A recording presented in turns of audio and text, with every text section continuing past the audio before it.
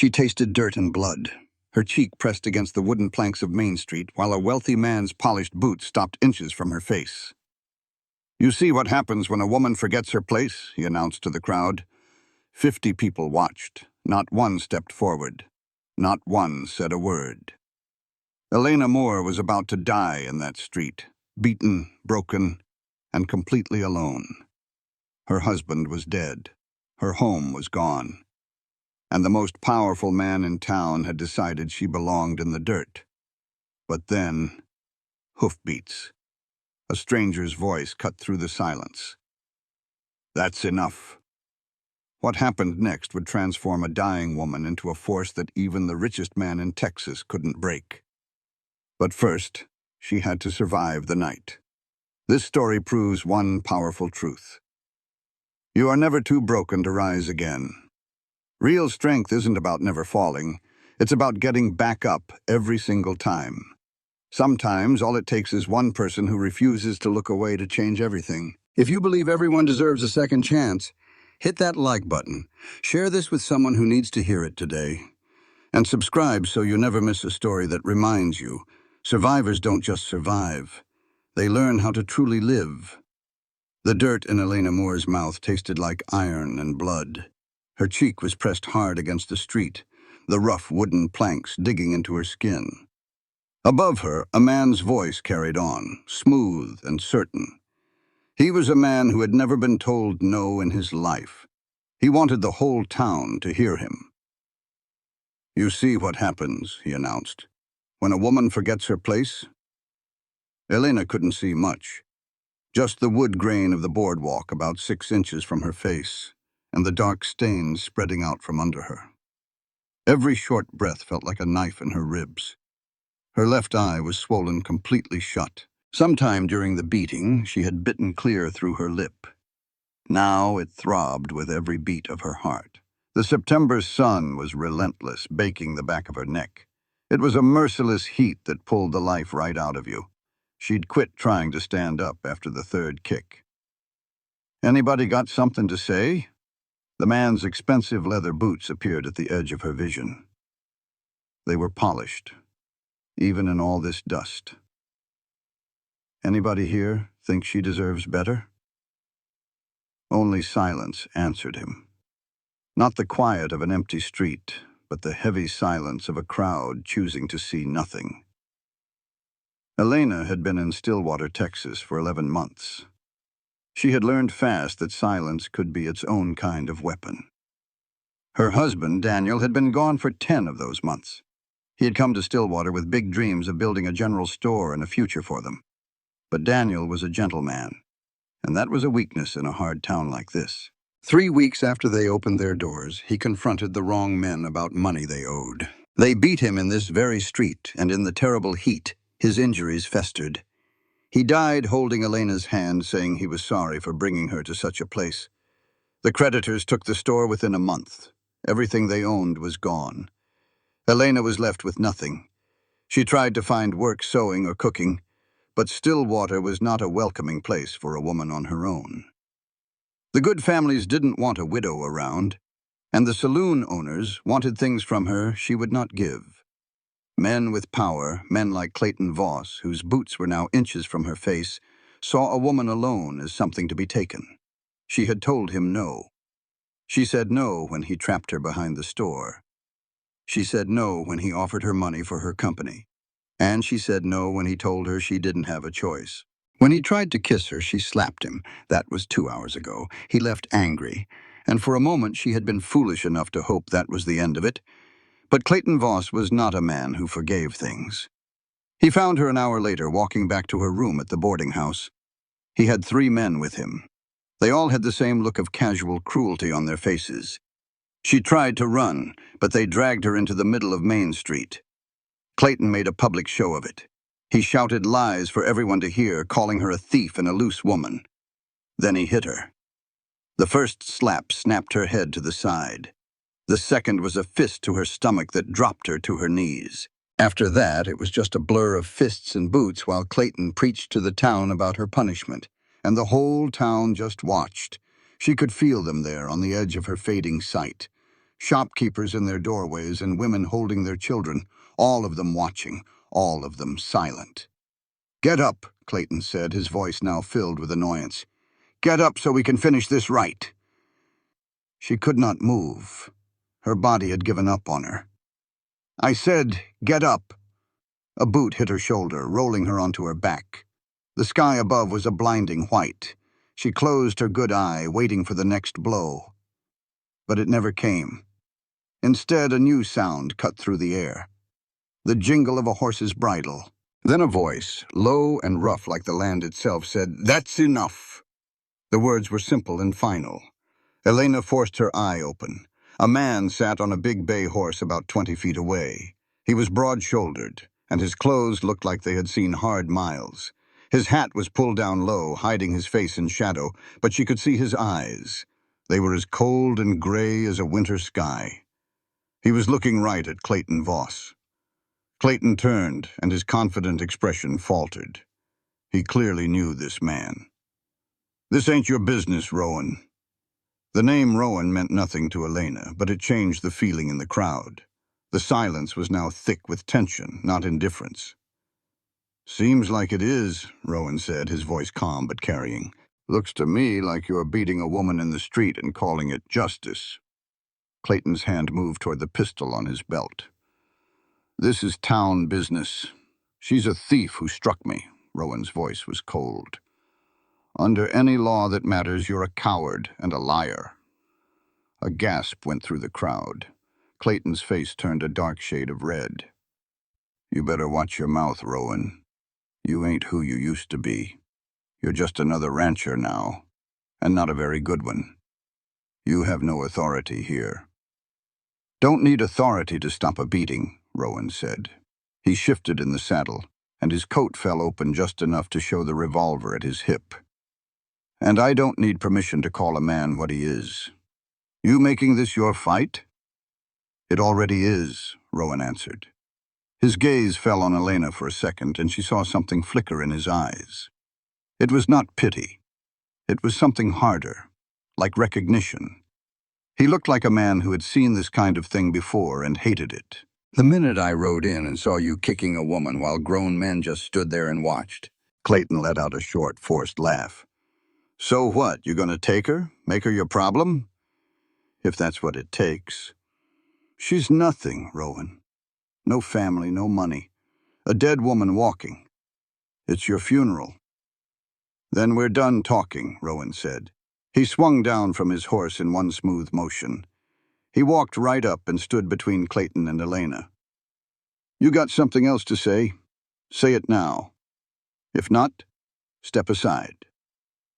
For a long moment, Clayton just stood there, his hand hovering over his gun. You could almost see him weighing his chances. Finally, he dropped his hand.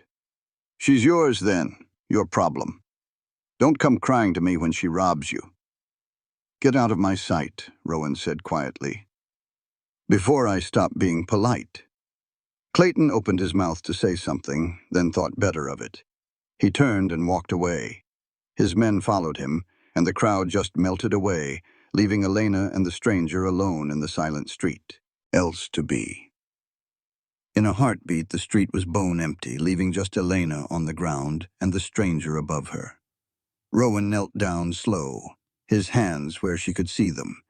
His face was rougher than she first thought, maybe 40 years old, carved by a hard life under the sun. A thin scar cut from his eyebrow to his hairline. But his eyes, when they met hers, held a surprising kindness. "Can you hear me?" he asked. She gave a small nod which sent a fresh wave of pain through her head. "Good." He used his bandana to gently press against the blood on her face. "I am fixin' to get you somewhere safe. Can you stand?" "I do not know," she whispered, her voice a dry rasp. "That is all right." He scooped her up like she was nothing but a feather. "I have got you. You're going to be okay." She wanted to believe the certainty in his voice, but trust was a luxury she had lost long ago. "Why?" she managed to ask as he walked toward his horse. "Why help me?" Rowan looked down, and for a second a deep sadness broke through his tough exterior. Because no one helped someone I loved, he said quietly, and I have paid for it every single day. He set her on his horse, then climbed up behind her, his arm wrapped firm around her waist, holding her steady. She felt safe for the first time in what felt like a lifetime. Where are you taking me? My ranch. It is about an hour from here. You can heal up, and then we will figure things out. I cannot pay you. I did not ask for pay. He nudged the horse forward, careful of her wounds. Just do me a favor, and hold on. Can you do that? She did not answer. Instead, she just leaned back against his warmth and closed her very eyes.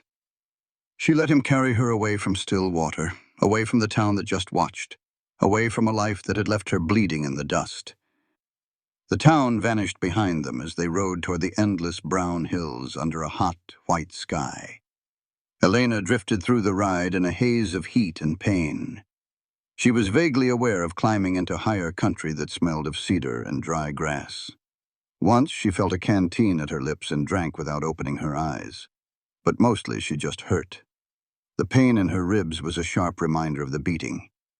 But worse was the pain of knowing that not a single person had stepped in to help her. If this man had not come along, she would have died in that street, forgotten. Almost there, Rowan's voice rumbled against her back. When they finally stopped, he lifted her down with that same careful strength. She opened her eyes to a simple, sturdy house made of rough timber. Nearby stood a barn and corrals. It was a working ranch that had seen better days. I know it is not much, he said, carrying her inside, but it is solid, and it is safe. The main room was clean but sparse, with plain, well-made furniture. It felt like a place where someone survived but did not truly live. He carried her to a small bedroom and laid her gently on the bed. I need to check on those injuries, he said, lighting a lamp as evening fell. This part might hurt some. It already hurts, she managed to say. I know. He sat beside the bed, his calloused hands surprisingly gentle as he checked her face. His expression was all business.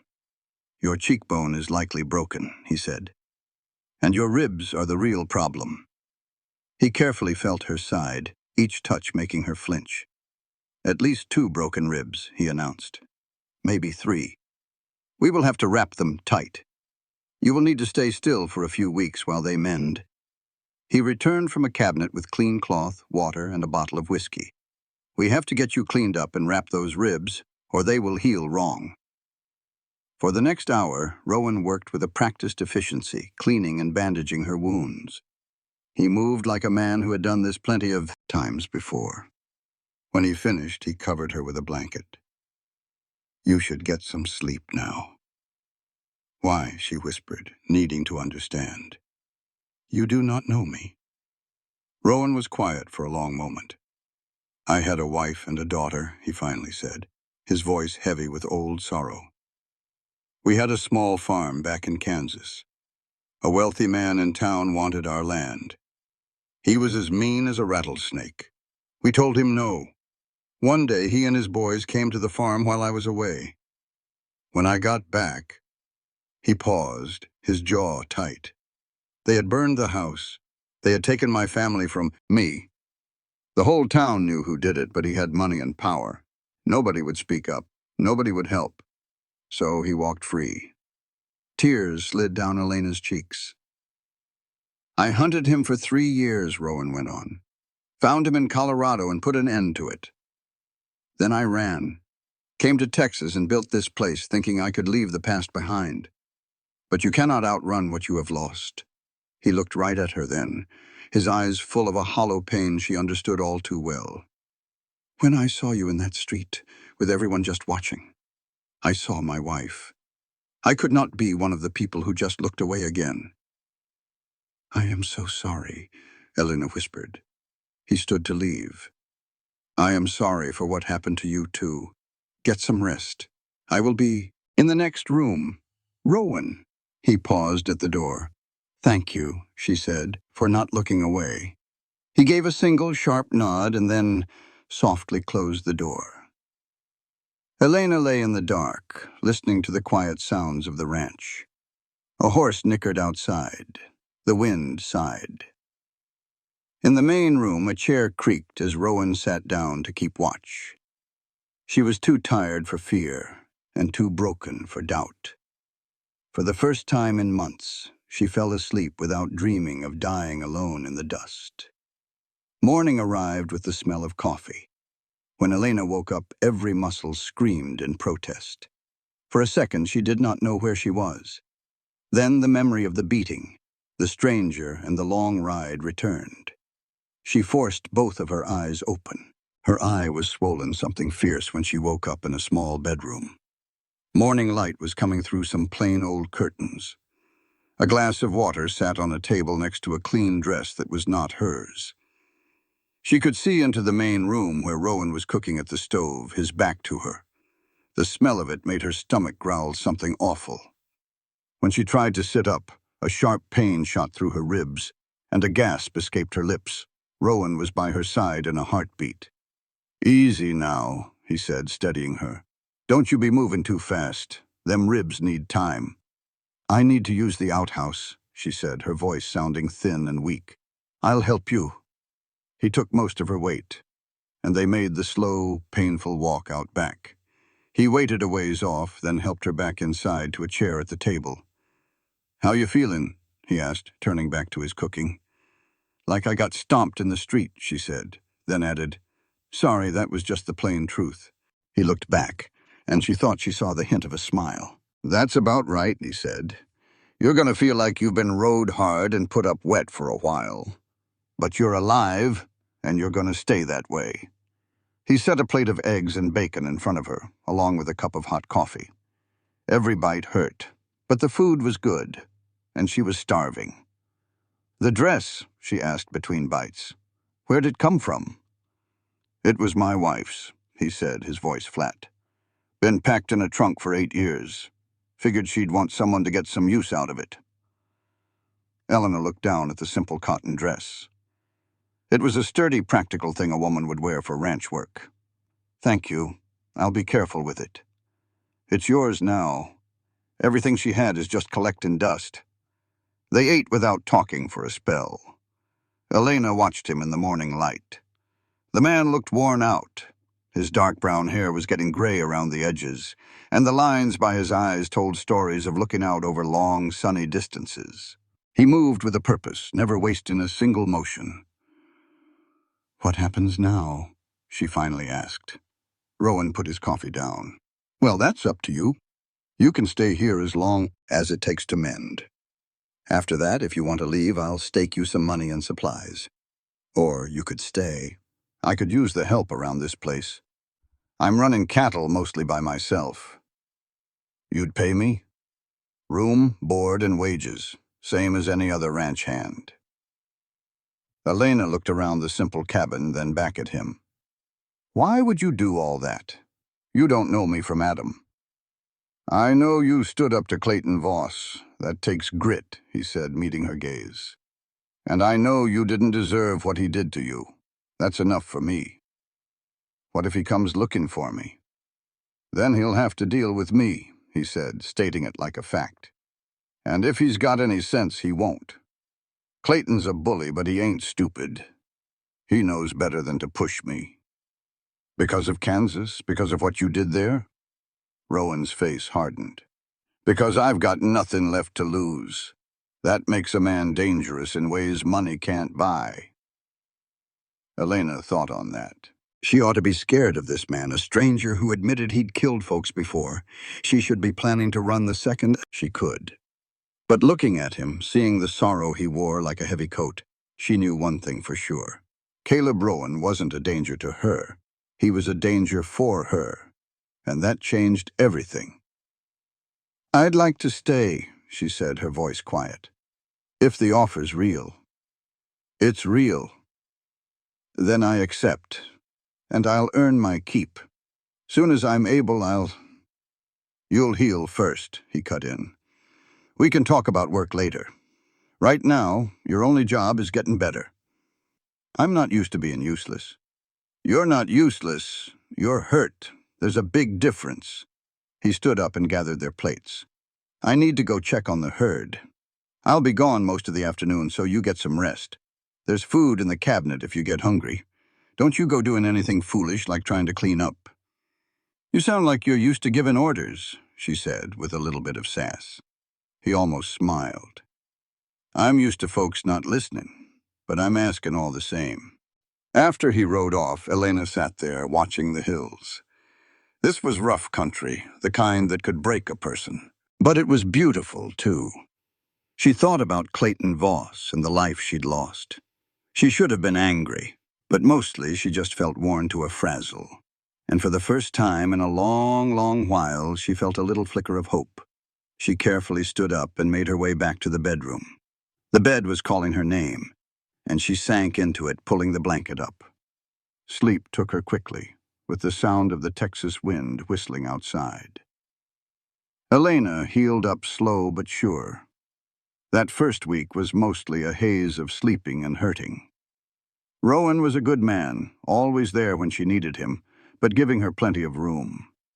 He didn't talk much, which she appreciated. Silence was easier than trying to explain the mess her life had become. But as she got her strength back, they started to talk more. It started with simple things like questions about the ranch. She learned he ran about 200 head of cattle on a spread that could handle more. She learned he did it all himself, from mending fences to checking water holes. And she learned he'd built this whole place with his own 2 hands. Why cattle? She asked him one evening as they watched the sun go down.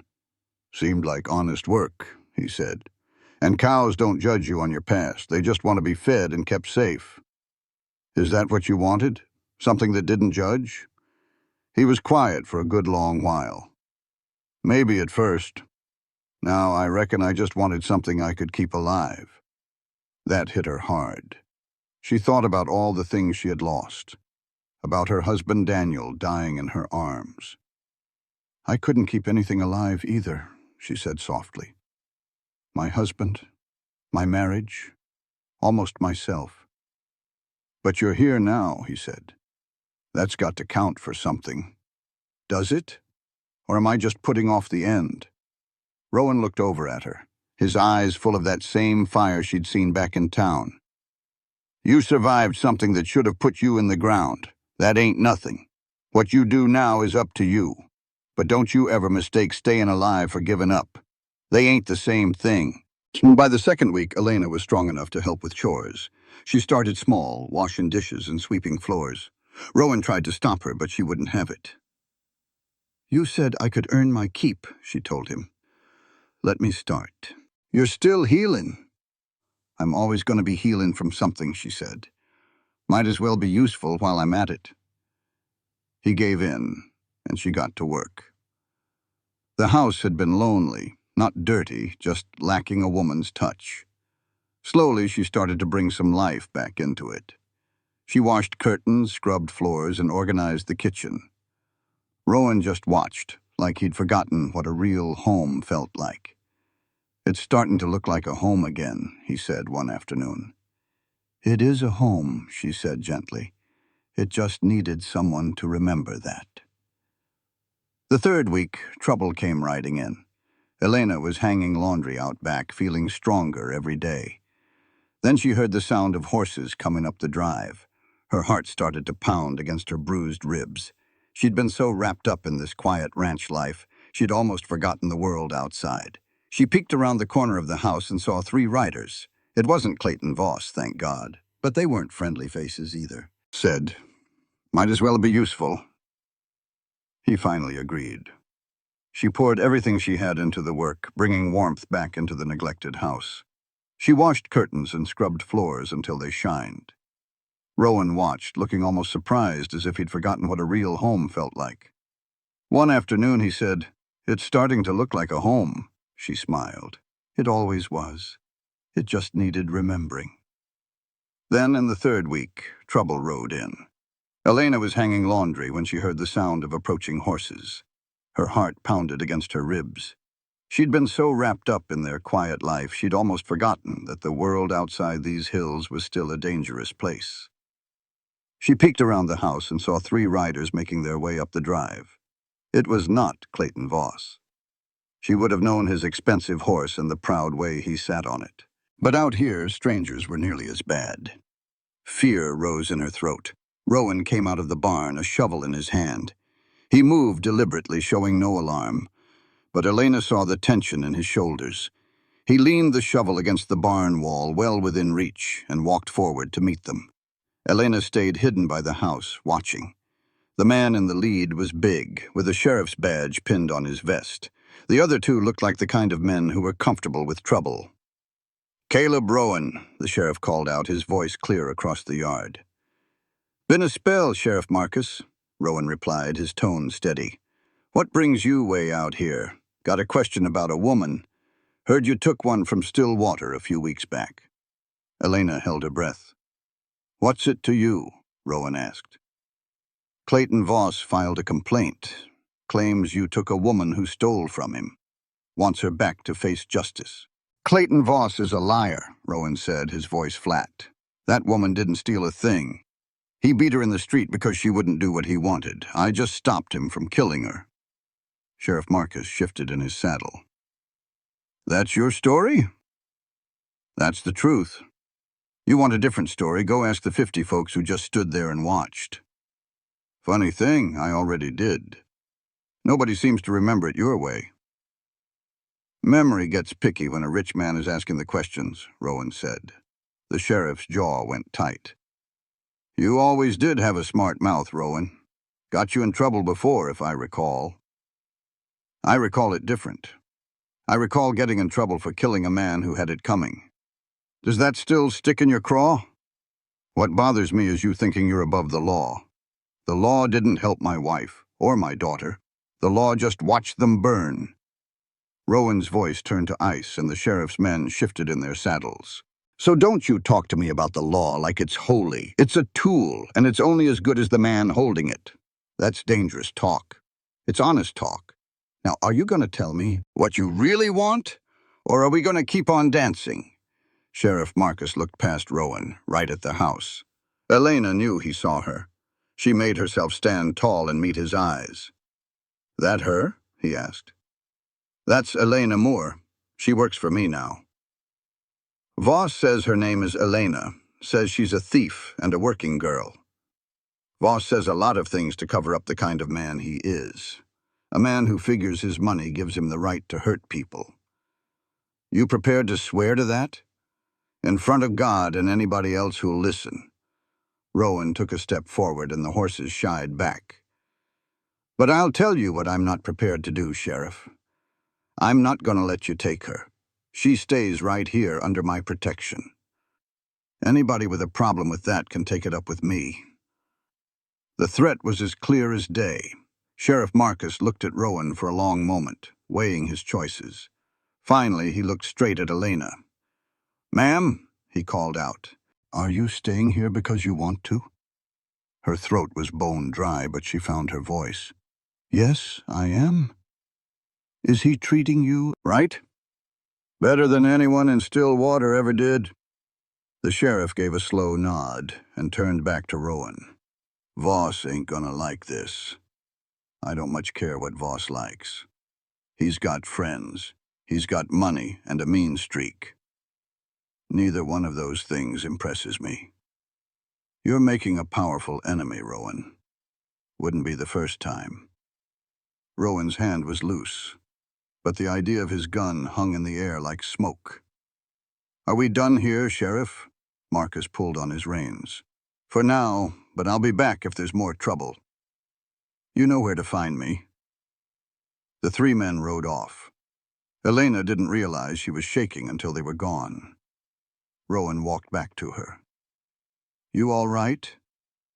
"I brought trouble to you," she said, her voice small. "I'm sorry." "Trouble was already here," he said, looking her straight in the eye. "Question is, can you live with it? Because Voss isn't done with you, and that means he's not done with me."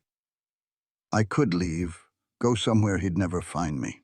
"You could, or you could stay and let me handle him." "Why?" The word was sharper than she meant it to be. "Why would you risk all this for a stranger?" Rowan was quiet for a long moment. "Because you deserve better than to spend your life running," he said softly. "And because I'm sick and tired of watching good people get hurt while bad men get their way. That's not a good enough reason to take on a man like Voss. It's the only reason that matters." He started for the barn, then stopped. "If you want to leave, Elena, I won't stop you. I'll give you a horse and supplies. But if you stay, we do this as a team. No more saying you're sorry. You're not a burden. You're just someone who got dealt a bad hand, and I aim to help you play a better one if you'll let me." She watched him go, her thoughts spinning. Her gut told her to run. But something else, something that had been growing since that day in Stillwater, told her to stay. It was the hope that she could finally stop running, the hope that she could stand and fight beside someone who cared if she lived or died. That night at the dinner table, she finally spoke. "I want to stay," she said. "But what happens when Voss comes here with his men?" Rowan put his fork down and met her gaze. "Then we'll deal with it." "That's not an answer. It's the only one I have. I can't promise you'll be safe, Elena. What I can promise is that they'll have to go through me to get to you. And you won't be alone." "You're talking about killing. If that's what it comes to, yes. Does that not scare you?" He gave a short, bitter laugh. "Killing stopped scaring me a long time ago. What scares me is doing nothing while folks get hurt. I can't live with that anymore." Elena took that in, feeling the weight of his words. "I don't want you to die for me. And I don't want you to die, period. So I guess we'll just have to make sure neither of those things happen." She almost smiled. "You make it sound so simple." "It is simple," he said. "Staying alive is the hard part." A quiet understanding had settled between them, solid as bedrock. They were a team now, for better or worse. In the days that followed, Elena found a new kind of purpose. She wasn't just keeping house, she was learning the ranch, top to bottom. Rowan taught her how to handle a horse without fear, and showed her the lay of the land from the property lines to where the cattle watered.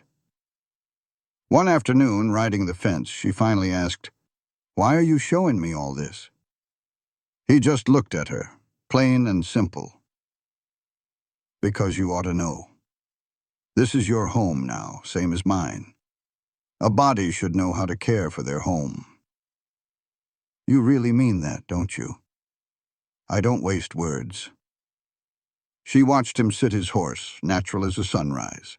"Can I ask you something personal?" "Go on." "What was her name?" "Your wife." Rowan's hands gripped the leather reins tighter, but his gaze held steady. "Sarah. Our little girl was Emma. She was 6. "Tell me about them," Elena said softly. He was quiet for a long stretch. "Sarah was stronger than me where it counted. This hard country never made her hard. Emma," he said, his voice softening, "was her spittin' image. Followed me everywhere, full of questions." He paused. "I tried my best to answer 'em. And the man who did it? I told you.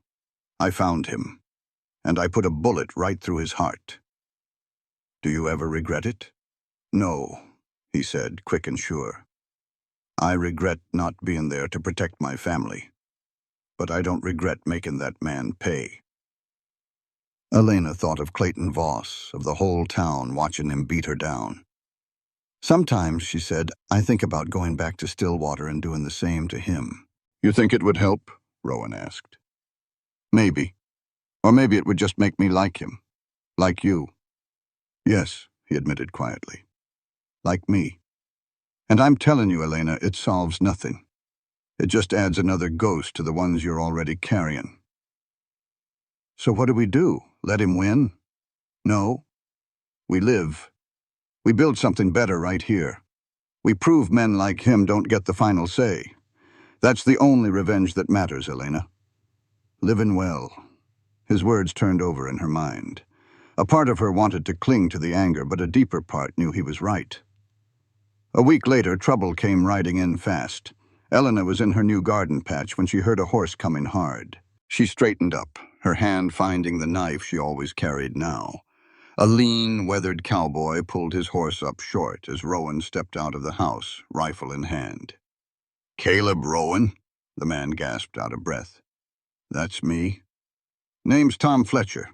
I worked for the Circle D south of Stillwater. I rode all night." "What's wrong?" Fletcher shot a look at Elena, then back to Rowan. "Clayton Voss bought the ranch 3 days ago. Started firing anyone who wouldn't swear loyalty to him. Before I left, I heard him talking to some hard cases he brought in from New Mexico." "Heard what?" "He's coming for you."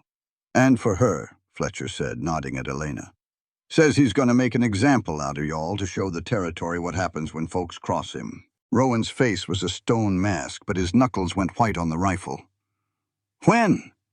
"Soon. A few days. He's gathering men." Fletcher met Rowan's gaze. "Sir, I know what Voss is. I couldn't just ride off without warning you. You took a hell of a risk coming here." "Some things are worth it," Fletcher said, then looked at Elena with shame in his eyes. "Ma'am, I was in town that day. I saw what he did. And I did nothing. I'm here to make that right, if you'll have me." Rowan studied him for a long moment. "You know what that means? Voss will come after you, too. He's already got me on his list. Might as well be for good reason. Can you shoot?" "Well enough. Take orders?" "Yes, sir." Rowan gave a slow nod. "All right, then. Put your horse up and come inside. We've got things to discuss." As Fletcher walked his horse to the barn, Elena stepped closer to Rowan. "How many men you figure he'll bring?" 10, maybe more if he's smart. And there's 3 of us." "Three's better than 2, Rowan said, his eyes scanning the ranch. "And we got the high ground. This place was built to be defended. If we're smart, numbers won't matter as much." "You sound like you've done this before." "More times than I care to remember." He looked her square in the eye. "This is going to be bad, Elena. If you want to leave, now's the time. Fletcher can get you somewhere safe." "No," she said, cutting him off. "I'm staying." Her voice grew stronger. "This is my home. You said so yourself. I'm done running from men like Clayton Voss." A flicker of pride crossed Rowan's face. "Then we'd best get ready." The next 3 days were a blur of work. Fletcher rode the property line looking for weak spots. Elena stockpiled food, water, and ammunition.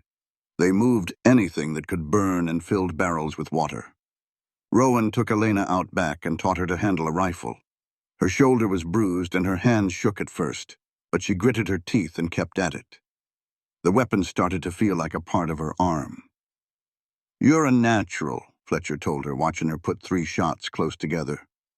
"Most folks flinch. You don't." "I learned not to flinch a long time ago," she answered quietly. At night, they sat around the kitchen table making plans. "They'll try to pin us down, surround us," Rowan said, sketching a map. "If they do that, we're finished." "So we don't let them," Fletcher said. "We hit them on the approach." "That's risky," Rowan countered. "Everything about this is risky," Elena spoke up.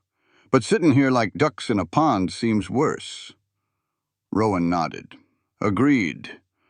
But we need to know when they're coming." "I'll ride out tomorrow," Fletcher offered. "Scout the trail. Do it. And be careful." The next morning, as Fletcher rode into the dawn, Rowan came to stand beside Elena. "Are you scared?" she asked. "Yes," he said without hesitation.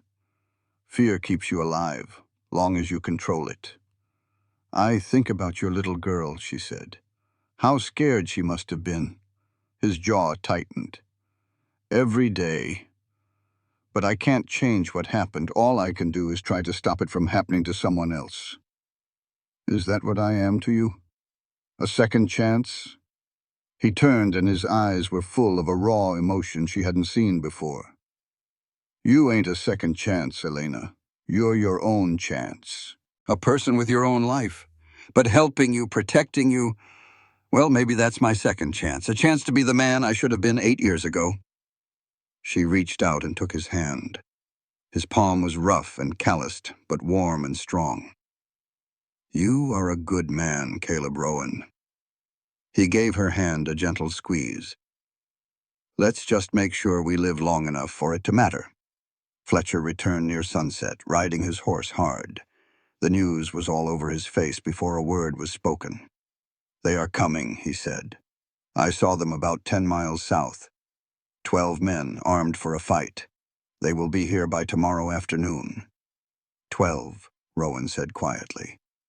Voss is not taking any chances. There is more. I recognized some of them. These are not ranch hands. They are hired guns, professional killers. A cold dread filled Elena. He is not planning to arrest me. He is planning to kill us all. That is what it looks like, Fletcher said, his face a grim mask. I am sorry I brought this to your door. You did not bring it? Rowan said. Voss did. And now we are going to deal with it. Listen to me. Both of you. What is coming is going to test us. You will be scared. You will want to run. But if we stand together, if we are smart and brave, we have a chance. Not a good one, but a chance. What is the plan? Elena asked. Rowan's smile was pure steel. We make them regret ever coming here. They spent the evening preparing, working in silence. Elena cleaned weapons and checked every bullet. Fletcher tended the horses, ready for a fast retreat if it came to that. Rowan walked the property, memorizing every rock and every tree. As darkness fell, they gathered inside and barred the doors. No one even thought about sleep. They just sat at the table, a single lamp burning between them, and waited for the dawn. In the quiet of the early morning, Elena finally spoke. If I do not get another chance to say it, thank you.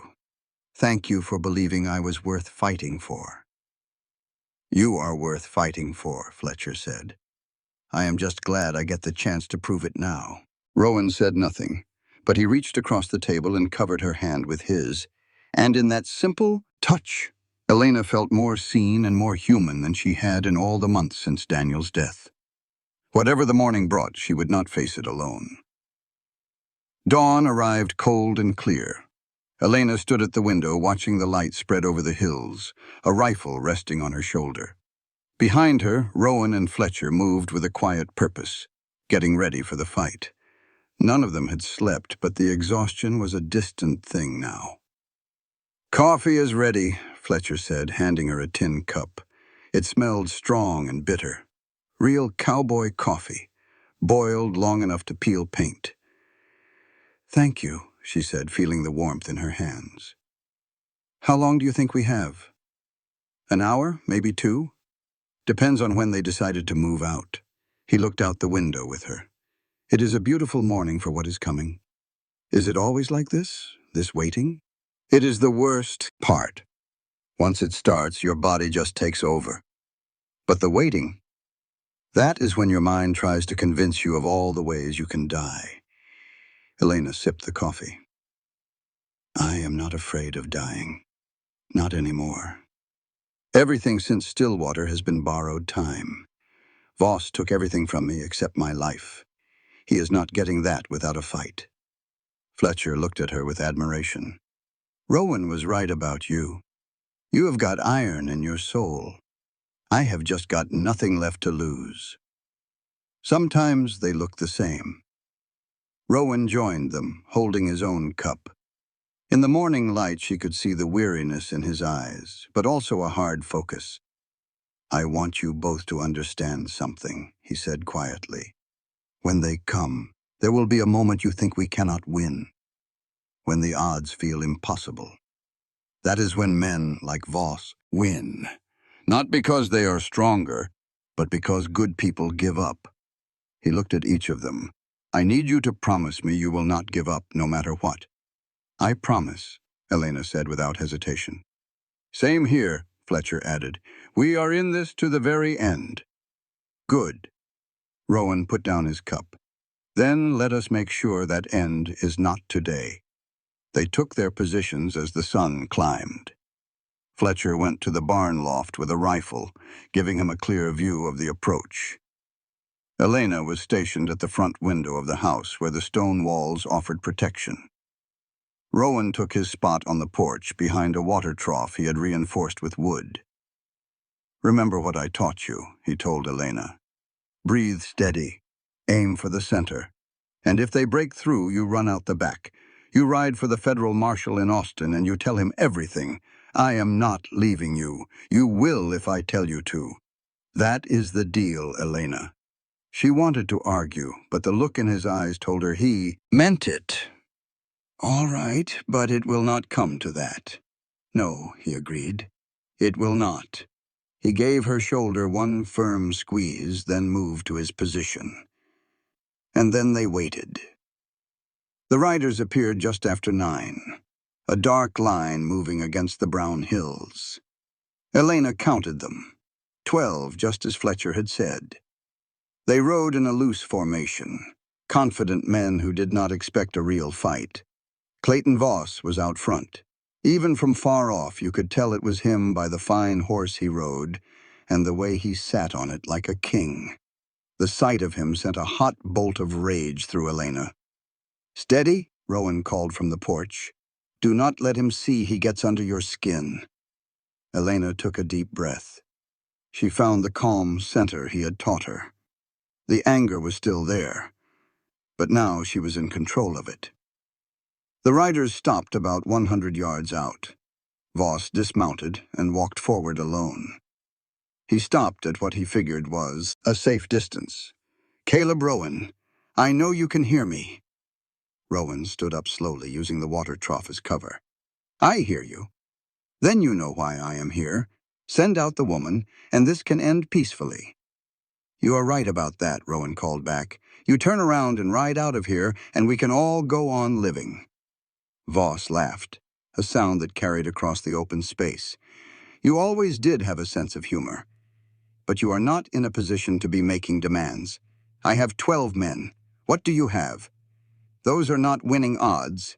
Depends on what you call winning. I plan on being here when the sun goes down. Can you say the same?" "My patience has limits." Voss's voice turned hard. "The woman is a criminal. She assaulted me, and she stole from me. I have every right to take her back. You have every right to go to hell," Rowan shot back. "Elena Moore stays right here. Anyone who tries to take her will answer to me." Big words from a man hiding behind stone walls. Not hiding, Voss, waiting. There is a difference. Voss was quiet for a moment, likely recalculating. "You really want to die for a woman you barely know? For a woman who is nothing to you? She is more than nothing. She is someone who deserves better than what you did. And I am done standing by while men like you hurt people just because you can." Noble, stupid, but noble. Voss turned and walked back to his men. "Last chance, Rowan. Send her out, or we are coming in to get her. Come on ahead." Rowan's voice was hard and clear. "But you had better bring more men." Voss got on his horse and waved his men forward. They spread out, forming a wide circle around the ranch. They were professionals, just as Fletcher had warned. "Here we go," Rowan said quietly. "Remember, controlled fire. Make every single shot count." The first bullet kicked up dirt 20 feet short of the house. They were testing, trying to draw our fire. Fletcher answered from the barn. One of the riders cried out and grabbed his shoulder, wheeling his horse away. First blood. "That's close enough, you hear?" Fletcher's voice boomed. Right then, all hell broke loose. Voss's men answered with a storm of gunfire. Bullets smacked into the stone house and splintered the barn's old wood. The racket was something fierce, a constant crackle of angry lead. Elena dropped below the window, her heart pounding like a drum.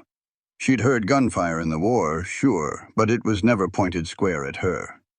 This was personal, a terrifying wall of sound meant to end her right then and there. Rowan's voice cut through the noise, calm and steady. "Elena, pick a target. Make every shot count." She took a breath and brought the rifle up, looking down the long barrel at the men spread out below. One fellow was using his horse for cover, inching closer to the house. Elena aimed just ahead of him like Rowan taught her and pulled the trigger. The rifle kicked hard. The man's horse bucked and he tumbled off. He scrambled behind a water trough so she couldn't tell if he was hit. No time to wonder, though. Another one was riding toward the barn. She tracked him, fired, and missed. She adjusted her aim and fired again. This time her bullet found his leg. He went down hard and his horse bolted. "Good shot," Rowan called out. He fired twice, quick as a snake, and another of Voss's men just dropped. The attack got hotter. Voss's men had their bearings now and were pouring lead right where they were hidden. Elena saw two men making a run for the barn, staying out of Fletcher's line of sight. "Fletcher!" she hollered. "Two coming up on your left!" His rifle cracked twice. One man fell for good. The other slumped against the barn wall where Fletcher couldn't see him. "Got one tucked in close," Fletcher yelled back. "Can't get a clean shot." Rowan cursed under his breath, trying to find a new angle. But the second he moved, bullets tore into the wood right beside him. The man at the barn pulled a bottle from his coat, a rag sticking out of the top. Elena's blood ran cold. They were fixing to burn them out. She didn't even think. She just stood, aimed, and fired all in one motion. The bottle shattered in the man's hand. He screamed as the kerosene splashed all over him, dropping to the ground and rolling around in the dirt. "Fine shot, Elena," Rowan said, his voice tight. But they were still in a bad spot. The 8 or 9 men left had found good cover and were laying down a steady fire. They had all the time in the world. They could just wait 'em out. "We can't just sit here," Fletcher called from the barn. "They'll wear us plumb out." Rowan knew he was right. Elena could see him doing the grim math in his head. "All right," he said. "Time for Plan B." "What's Plan B?" Elena asked. "We make 'em think they're winning," he explained. "They'd go quiet, make it seem like they were hurt or saving ammunition. Let Voss's crew get cocky and move in closer, then hit 'em hard when they were out in the open." "That's a tall risk," Fletcher said. "If they rush us all at once, we're done for." "Either way, we're done for if we don't do something," Rowan replied. "On my word, we all stop shooting, no matter what." The silence that followed was heavy and strange. For a long minute, nothing happened. Then Elena heard Voss shouting orders. She heard boots crunching on the gravel outside. She hugged the wall next to the window, rifle at the ready, and said a little prayer. Voss's men crept forward at first, but when no shots came, they got bolder. Elena saw them clear as day through the window. 4 heading for the house, 3 for the barn, all spread out and exposed. "Now!" Rowan roared. All 3 of them opened up at the same time. At that range, it was a slaughter. 2 men coming toward the house dropped right away. A third took a bullet to the chest and stumbled back. The last one dove for cover, but Rowan's second shot found him first. Fletcher did the same damage over at the barn. 2 men went down, and a third turned tail and ran. But their victory was cut short. The fella Elena had shot earlier, the one behind the water trough, had snuck around back. He busted through the rear door of the house, pistol already raised. Time just seemed to stop. Elena saw him plain as day, saw that pistol coming up to aim. She knew the rifle wasn't coming around in time. In that cold, clear moment, she was sure her life was over. Then Rowan was on him, a blur of motion too fast for a man his size. He slammed the gunman sideways into the wall. The pistol roared, deafening them both as the shot went wild into the ceiling. They fell in a heap of pure violence. The gunman was quick, but Rowan fought like a cornered animal protecting his own. His hands found the man's throat and he squeezed, his face a hard mask of fury. The man clawed and kicked, his face turning a dark purple before he finally went limp. Rowan held on for 5 more seconds just to be certain, then let go and got to his feet, his hands trembling. "You okay?" Elena asked, her own voice unsteady. "Yeah," he said, handing her the dead man's pistol. "You keep this." Outside, the gunfire had gone quiet. Peeking through the window, Elena saw the last 3 of them scrambling for their horses while Voss hollered at their backs. He tried to rally them, but their nerve was gone. They came looking for sheep and found a pack of wolves instead. "They're running," Fletcher yelled from the barn. "Let 'em go," Rowan called out. "I reckon they got the message." Voss, however, wasn't running. He just sat on his horse at the edge of the property, his eyes burning with a pure, raw hatred you could feel from the porch. "This ain't over, Rowan," he screamed. "You hear me?" "It's over for today," Rowan yelled back. "And if you had any sense, it'd be over for good. Next time, you ain't leaving." Voss yanked his horse around and galloped off, disappearing after his men. In minutes, there was nothing left but 6 bodies in the yard, and a heavy silence. Elena's knees gave out and she collapsed to the floor, the pistol falling from her hand. The fight was gone from her, leaving her feeling hollowed out and shaky. Rowan knelt beside her. "Look at me," he said gently. "You did real good. Kept a cool head and made your shots count. You should be proud." "I killed men," she whispered, the words barely there. "You defended your home," he said. "That's not killing, Elena. That's surviving. Will it always feel like this? Like my stomach's inside out?" His face softened. "Most likely. That's what keeps you human. Worry when it stops bothering you." Fletcher walked in then, rifle in hand and grinning despite a bloody sleeve. "We did it. By God, we did it." "We won the first round," Rowan corrected him, his jaw tight. "And he meant what he said. This ain't over." "So what's the plan?" Fletcher asked. Rowan stood up, his mind made up. "We take the fight to him. We end this before he comes back with more guns." "You mean ride into Stillwater?" Elena asked, looking up at him. "I mean, we show him his money can't stop a bullet. He thinks he's untouchable, but fear only works till someone calls your bluff." "That's a suicide run," Fletcher stated plainly. "The whole town's scared of him." "I'm going tonight," Rowan said, looking at them both, "with or without you." Elena pushed herself up on shaky legs. "I'm going," she said, her voice stronger now. "This is my fight more than anyone's. I'm done letting others settle my scores." Fletcher just gave a tired smile. "Well, I ain't come this far to quit. Besides, someone's got to keep you two out of trouble." "Then let's get ready," Rowan said. "We ride at sunset. We're going to give Clayton Voss a choice: leave the territory for good or face real justice." The afternoon was a grim blur of necessary work. They moved the bodies, cleaned their weapons, and readied the horses. It was hard, heavy work that kept their minds off what was coming. As the sun bled across the horizon, they stood together in the yard. "Last chance to back out," Rowan said quietly. "Not a chance," Elena answered. Fletcher just shook his head and checked his pistol one last time. "All right then," Rowan said, swinging up into his saddle. "Let's go finish this." They rode out into the growing dark, 3 lone figures heading toward a town that had forgotten what justice looked like. The ranch stood behind them, a silent testament to their refusal to break. Ahead lay Stillwater, where debts were about to be paid one way or another. The 3-hour ride was hard and fast, sticking to old cattle trails. Not much was said. They all knew the odds, but sometimes doing the right thing ain't about playing it safe. When they finally saw the lights of Stillwater nestled in the valley, the town looked almost peaceful. But Elena knew better. She knew that behind those warm lights was a sickness, the kind that grows when good folks choose to stay quiet. "Voss'll be at his saloon," Rowan said, gazing down at the town.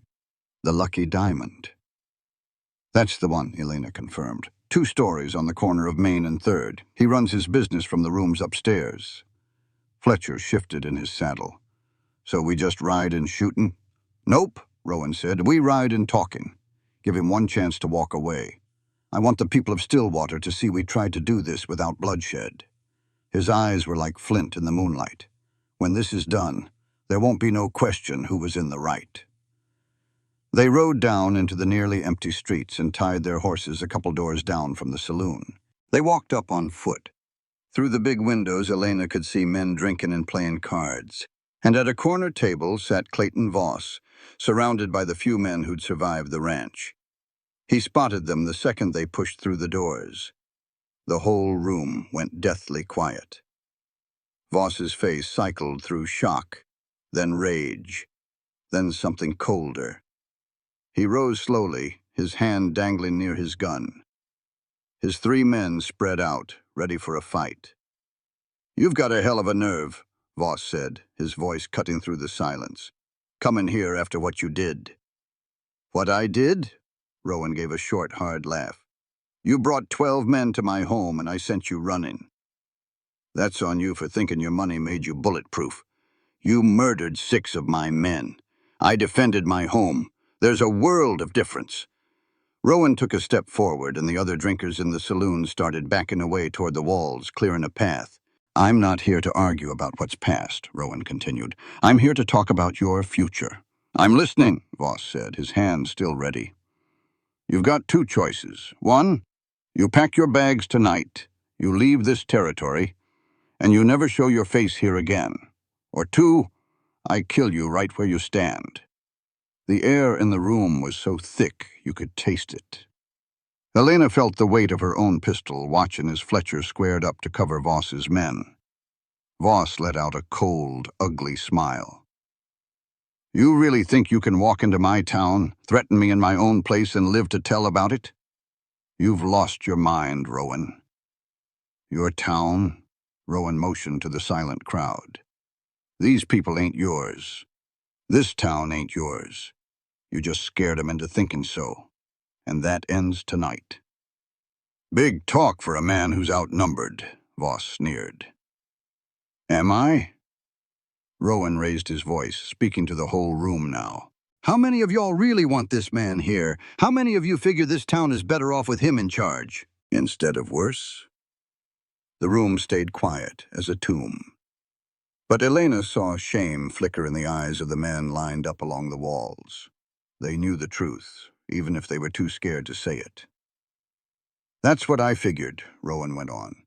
"Y'all are scared, and I get that. Fear's a powerful thing. But you can choose to let this man run your lives, or you can choose to make a stand right here. They won't lift a finger for you," Voss said, his voice full of confidence. "They know what I do to folks who cross me." "Like Daniel Moore," Elena's voice cut through the silence. She took a step forward, her hand near her pistol. "Like my husband. He asked you for money you owed him, and you had him beaten so bad he died. Is that what happens?" Voss's eyes turned to slits. "Your husband was a weakling.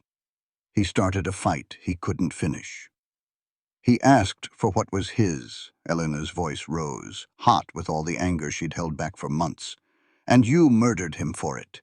You tried to do the same to me, and you'll do it to anyone who won't get on their knees for you." "Watch your mouth, woman. You're in no place to be making threats." "I'm in the perfect place. I'm the one you tried to break who's still standing right here. What are you going to do, beat me again? You did your worst, and I'm still drawing breath." She looked from man to man, meeting the same eyes that watched her get beaten in the street. "Every one of you knows what he is. You all know the things he's done, and you all just turned your heads because it was easier than doing what was right." An old fella by the bar shuffled his feet. "Ma'am, you don't know how things are around here." "Oh, I know exactly how they are. I know that evil only wins when good people do nothing." She fixed her gaze back on Voss. "But it's your problem now. He'll keep taking from all of you until there's nothing left of this town but dust and fear."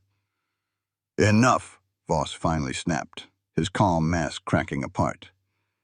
"You want to die that bad? I'll be happy to help you along."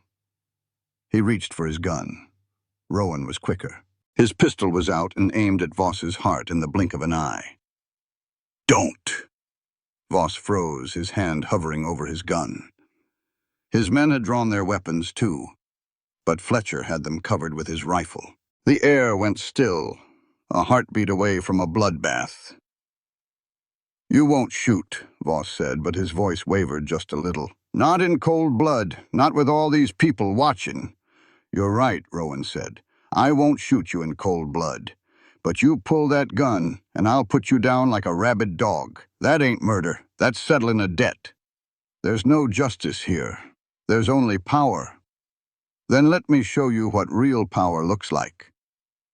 The saloon doors swung open. Sheriff Marcus walked in, flanked by 2 deputies. Elena's heart sank. If the law was on Voss's payroll, it was all over. But Marcus just stood there, looking bone-tired.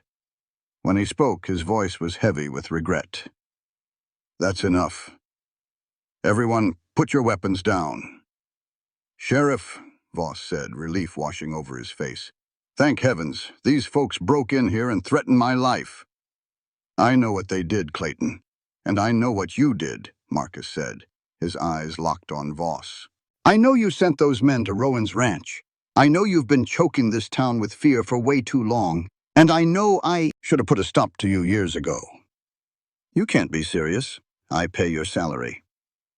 I work for the good people of this town, the sheriff said, his hand moving toward his own gun. And I'm done turning a blind eye while you run this place into the ground. Voss's face turned a deep shade of red. You old fool. You think you can cross me? I own you. I own this whole blessed town. You don't own people, Clayton. That's a lesson you never learned. Marcus looked over at Rowan.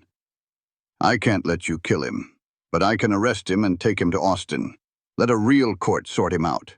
Is that good enough for you? Rowan thought on it for a long moment, his gun still steady on Voss. He was weighing the satisfaction of revenge against the hope of real justice. Finally, he slowly lowered his pistol. That's good enough, as long as he answers for everything he's done. He will. I give you my word, Marcus said, motioning to his deputies. Take him. You're all making a terrible mistake, Voss snarled as the deputies came for him. I've got lawyers. I've got money. I'll be out in a week, and every last one of you will pay. Maybe so, Marcus said, but at least we'll know we did the right thing. Voss's hired guns had already lowered their weapons. They were loyal to his money, not to him, and a man can't spend money when he's 6 feet under. As the deputies got close, Voss made his move. He was quicker than he looked. He drew his pistol and aimed it straight at Elena, murder in his eyes. If he was going down, she was going with him. Rowan fired. The shot was clean. The bullet tore through Voss's shoulder, spinning him around. His gun hit the floor with a clatter, and he collapsed, screaming curses and clutching his arm. He drew on her, Rowan said in a calm voice as he holstered his weapon. Everyone here saw it. We surely did, Marcus confirmed. Clear-cut case of self-defense. He looked down at Voss, who was writhing on the dirty floorboards. Get him to the dock, then lock him in a cell. We're doing this by the book this time. As the deputies hauled Voss away, his eyes met Elena's one last time. She stared right back, and she saw him realize that he had truly lost. She had beaten him, not with money or guns, but by simply refusing to be broken. After he was gone, you could feel the whole room breathe again. Men started talking in low voices, trying to make sense of what just happened. Sheriff Marcus walked over to them, the shame clear on his face. I owe y'all an apology, especially you, Mrs. Moore. I should have stood up for you and for your husband weeks ago. I let my fear make me a coward, and good people paid the price. Why now, Sheriff? Elena asked him. What made you change your mind? Tom Fletcher came to see me this morning. He told me what Voss was planning. Said if I didn't act, there'd be blood on my hands that would never wash away. He gave Fletcher a nod. He was right. I'm carrying enough regrets as it is. So what's next? Rowan asked. Now, Marcus said, looking around at the faces in the saloon, we try to make this town something better, and that starts with everyone in this room. You all stood by and let Voss run roughshod over this town. We all have to be better than that. We have to. An older woman who ran the general store spoke up, her voice shaky. We were scared. He had all that money, all those men. I know, Marcus said softly. Standing up to him wasn't easy. But that doesn't make it right that we didn't. We let fear make us quiet, and we can't let that happen again. The room fell silent as everyone took that in. Rowan gently touched Elena's arm. We should head out. Let these folks figure things out." But before they could go, Mary Alice Chen, the woman who ran the boarding house, hurried toward them. "Mrs. Moore, wait." Elena turned. The young woman's eyes were filled with tears. "I am so sorry," Mary Alice said. "When you came to me for help, I turned you away. I was scared of what Voss would do. I chose to be safe instead of being good, and I felt terrible about it every single day." "You weren't the only one," Elena replied gently. "Seems like this whole town made that same choice. But you're right. It doesn't make it okay. What matters is that we start making better choices now. Anything, if you ever need help, my door is always open. That's a promise." Then other folks started chiming in, offering their own sorry words. The butcher who had cut her off, the seamstress who had refused her work, even the minister who told her to leave town for the sake of peace. Shame was written all over their faces. Elena listened, and a strange feeling swelled up inside her. It was not forgiveness. It was way too soon for that. But maybe it was the start of something like it. They were just people, scared and weak, and they had made the wrong choice. Now they were trying to own up to it. "Thank you," she said at last. "I appreciate the apologies. I just hope you mean it, because talk is cheap. It is the doing that is hard." "We will do better," the minister promised, "starting right now, starting with seeing that real justice is done." Marcus nodded. "I will personally take Voss to Austin tomorrow. I will make sure he stands trial for everything. Your husband's death, what he did to you, the attack on Rowan's ranch." "You see that you do," Rowan said. His voice was like stone. "Because if he walks free, all this talk about change will not mean a blessed thing." "He will not walk," Marcus promised, and stuck out his hand.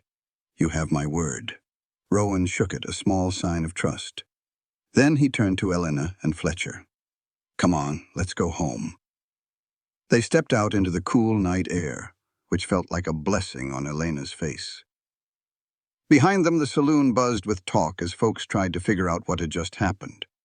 But Elena was not thinking about them. She was thinking about the ranch in the hills, the life she was starting, and the man who had stood up for her when no one else would.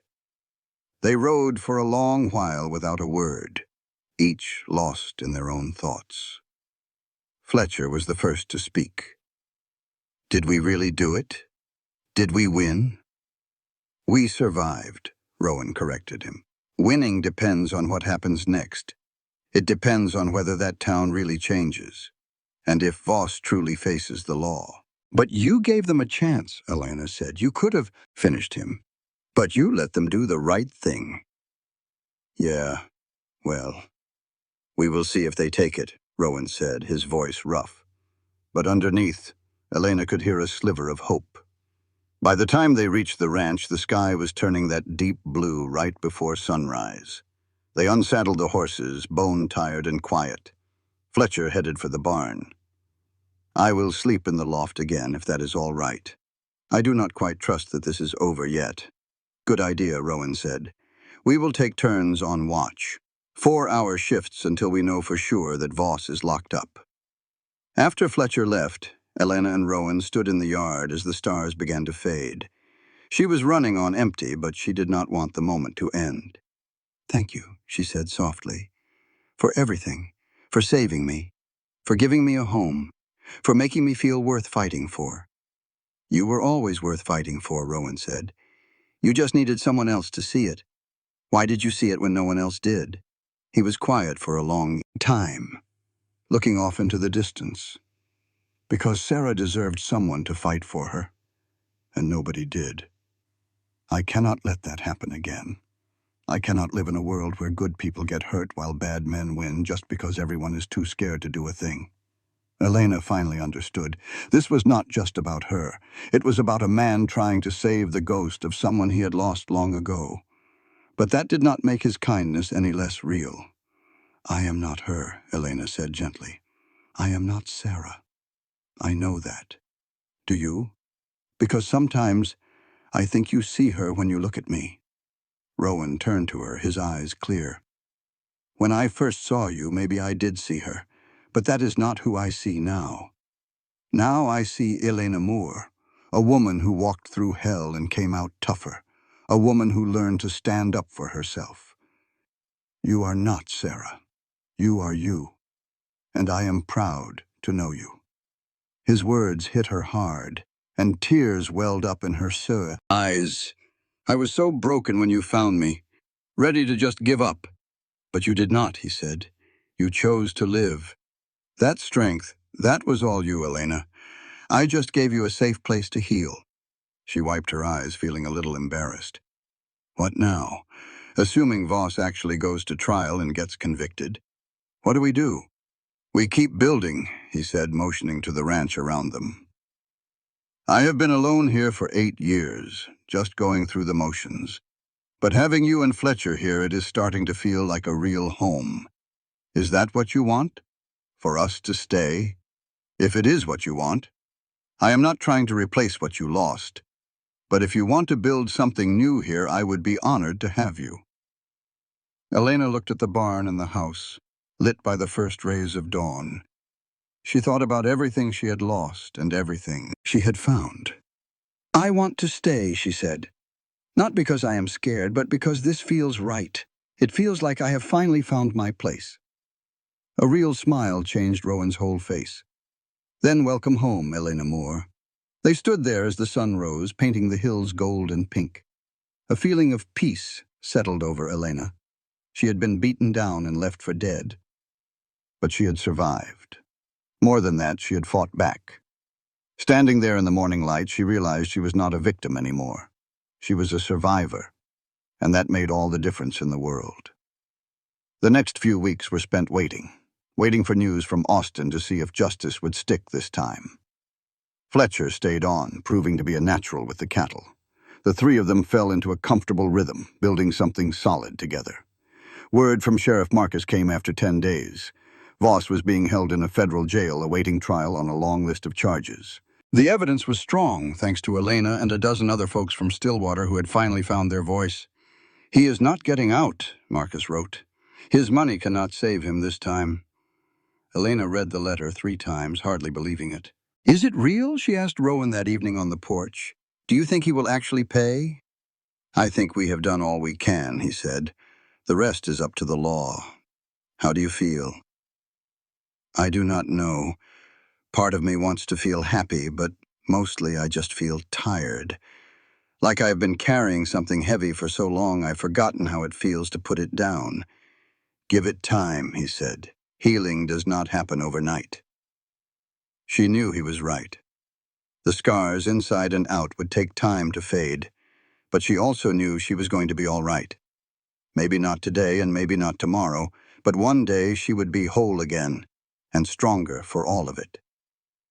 That night she dreamed of Daniel, but instead of seeing him weak and dying, she saw him as he was when they first met, young and full of hope. He smiled at her. You are going to be all right, he said. You are going to build a good life. I am so proud of you, Elena. She woke up with tears on her face, but her heart was at peace. That evening, she and Rowan sat on his porch, watching the sun dip below the hills. Do you think he'll really pay for it all? She asked. I reckon we've done all we can do, he said, looking at her. The rest is up to the law. How are you feeling about it? I don't know, she admitted. Part of me should be happy, but mostly I just feel worn out. Like I've been carrying something heavy for so long, I forgot how it feels to not have the weight. Give it some time. Healing doesn't happen overnight. She knew he was right. The scars from Voss, inside and out, would take a long while to fade. But she also knew she was going to be okay. Not today, and maybe not tomorrow. But one day, she would be whole again, and stronger for what she had endured. That night she dreamed of Daniel. He was young and smiling, the way he was when they first met. His voice was soft when he spoke. You're going to be just fine, he said. You're going to build a good life. I am so proud of you, Elena.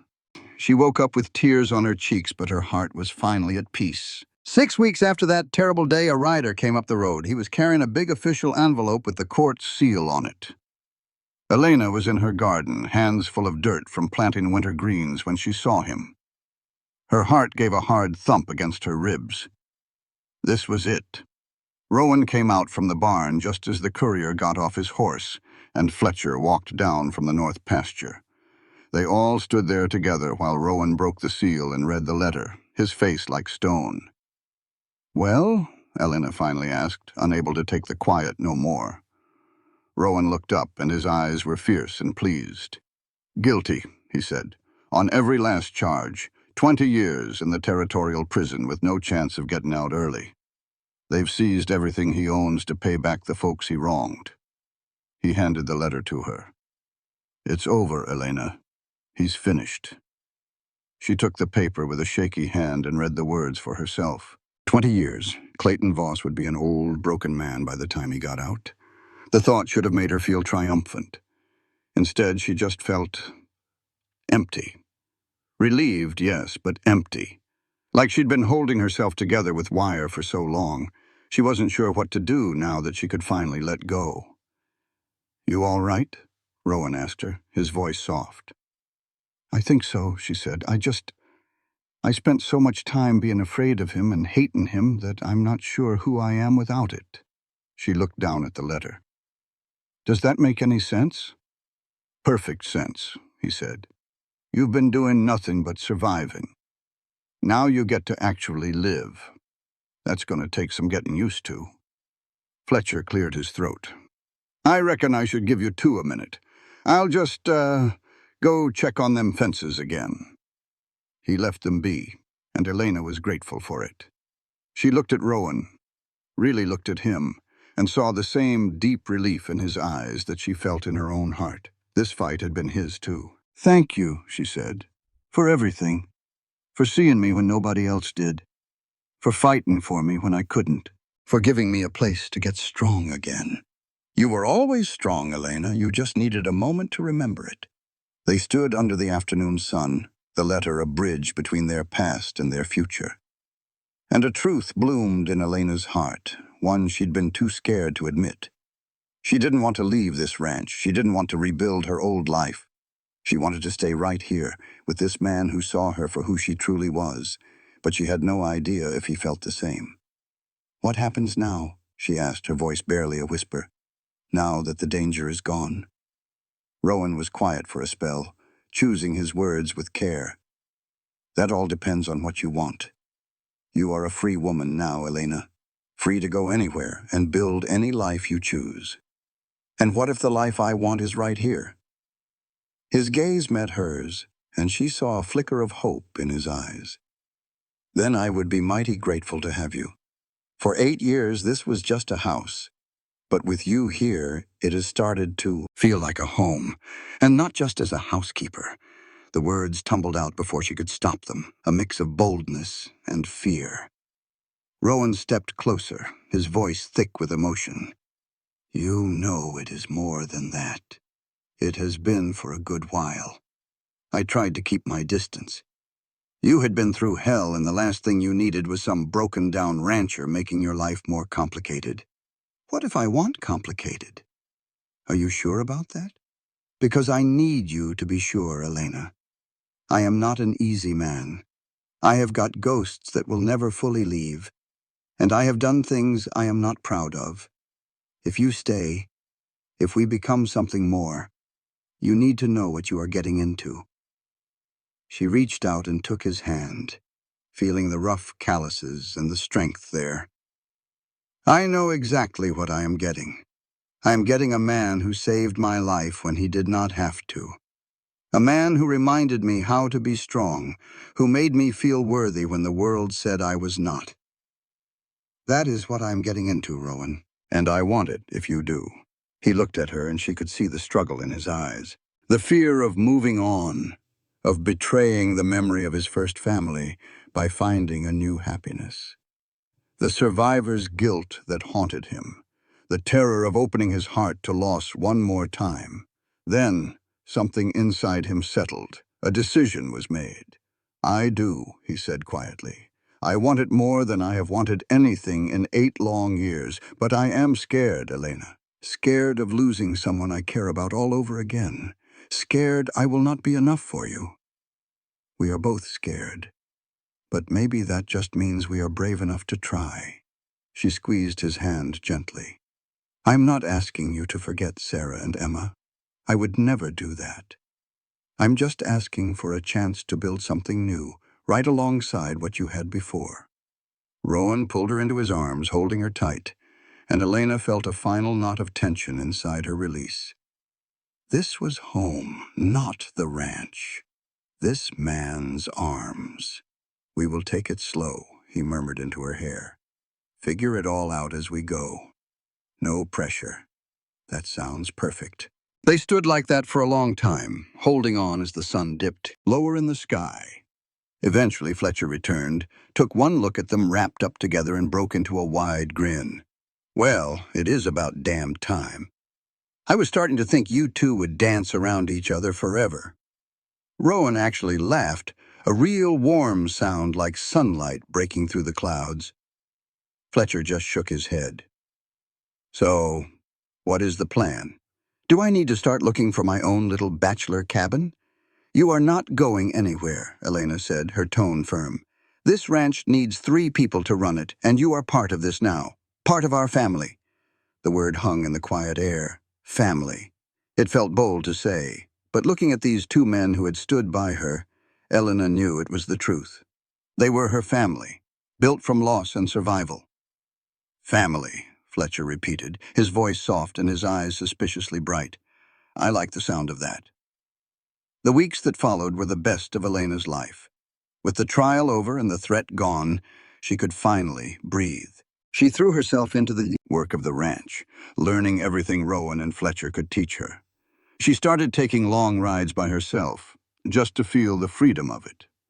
She planted a small garden, planning for a summer harvest. She even started writing again, a passion she had abandoned after Daniel died. And piece by piece, she and Rowan built something real. It was not dramatic. It was built in quiet moments, in shared smiles over morning coffee, in conversations that lasted late into the night. It was the comfortable silence of 2 people who understood each other without words. One evening, about 3 months later, they sat on the porch as the first stars appeared.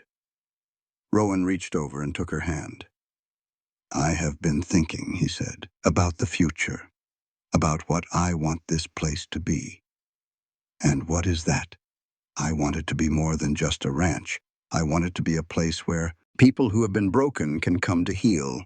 A place where someone running from a bad spot can find safety and a chance to start over. He looked at her, his meaning clear. The way you did? Elena's throat felt tight. That is a beautiful idea, Rowan. I cannot do it by myself. It would take all 3 of us to make it work. But I think it is important. Maybe this is what the ranch was always meant for.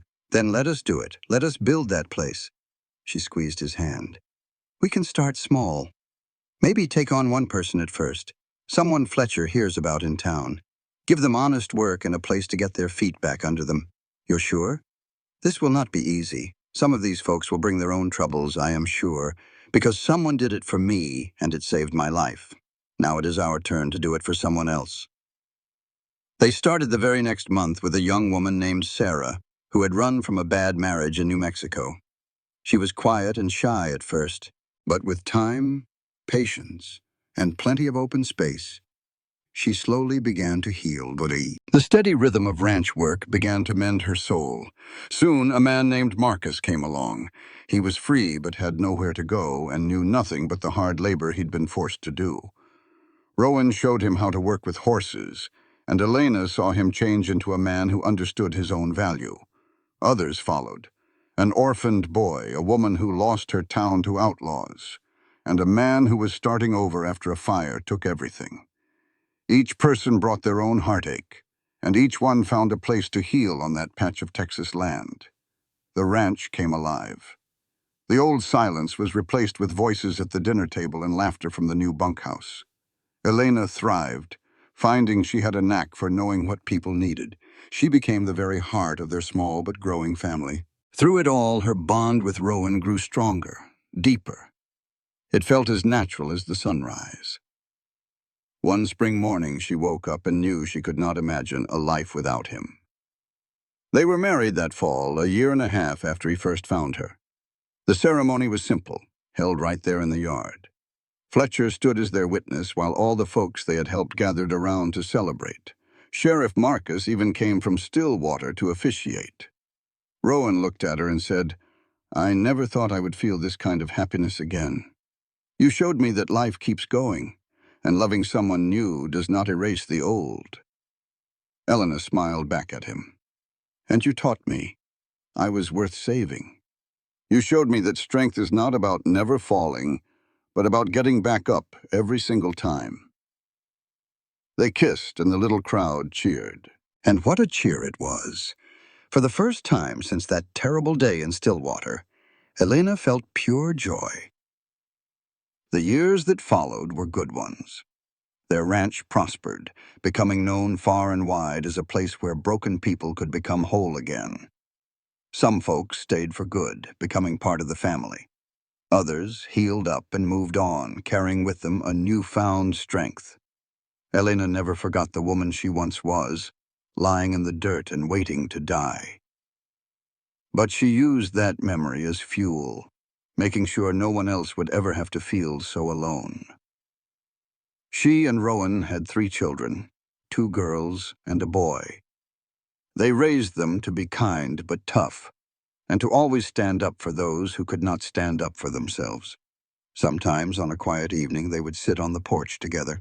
They would remember how a single moment of courage had built a life neither could have imagined on their own. "Do you ever regret it?" Elena asked one night, her head on his shoulder. "Stopping in Stillwater that day, taking on my troubles when you already had so many?" Rowan answered without a pause. "Never. That was the day my life truly began again. That was the day I stopped just surviving." He held her close. "I love you, Caleb Rowan." She whispered, "I love you too, Elena. More than I can say." As the stars shone overhead, she thought about all the lives they had touched. She thought of Clayton Voss, growing old in a prison cell, and felt only pity. He had started with everything and wasted it on cruelty. She had started with nothing and built something that mattered. She even sent a silent thank you to Daniel, her first husband. He had brought her west, and in a roundabout way, he had brought her home. He gave her the strength to become the woman she was always meant to be. She only wished he could have been there to see the life she had built. More than anything, she looked toward the future. She thought of the children sleeping peacefully inside, and all the folks who had come to their door looking for help. Rowan felt her smile against his shoulder and asked, "What's on your mind?" She told him, "I'm just thinking that I should have died on that street. By all rights, I ought to be bones in a nameless grave long forgotten. But I'm not. I'm right here, happy and surrounded by people I love. Every single day since you pulled me out of that dirt has been a precious gift I never figured I deserved." "It was never undeserved," he said softly. "Maybe not," she whispered, "but it's still precious." She lifted her head and gave him a slow, sweet kiss. It was a kiss that tasted of gratitude, of love, and of the future they had built together from the ashes of their pasts. Elena Moore had been beaten down, broken, and left for dead. She had lost her husband, her home, and every last bit of her hope. The world tried to tell her she was worthless, a piece of trash to be thrown away. But she was a survivor. No, she was more than that. She found love again, built a whole new family, and made something truly good out of nothing at all. In doing so, she proved something powerful. It's the same lesson everyone learns when they come to the ranch. Nobody is worthless. Everybody deserves a second chance. Real strength is not about never falling down. It is about getting back on your feet no matter how many times you get knocked flat. Surviving the fight is not the end of the story. It is just the beginning. Elena Moore survived, and in doing so, she finally learned how to truly live.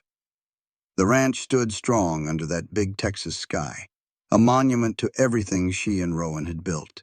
A stranger's kindness saved her. Now she spends her days paying that gift forward to others. That is real justice. That is how you heal. That is how you beat the cruelty of a hard world. You do not win by becoming hard yourself. You win by choosing every single day to stay soft where it matters most. You choose to be kind. You see people not for what they are, but for what they could be.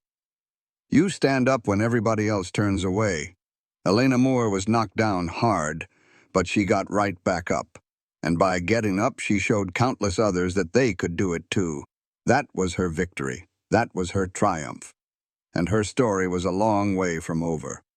This content was carefully researched, developed, and manually edited by our team to deliver meaningful stories with valuable life lessons. Every narrative is crafted to entertain, inspire, and empower our audience.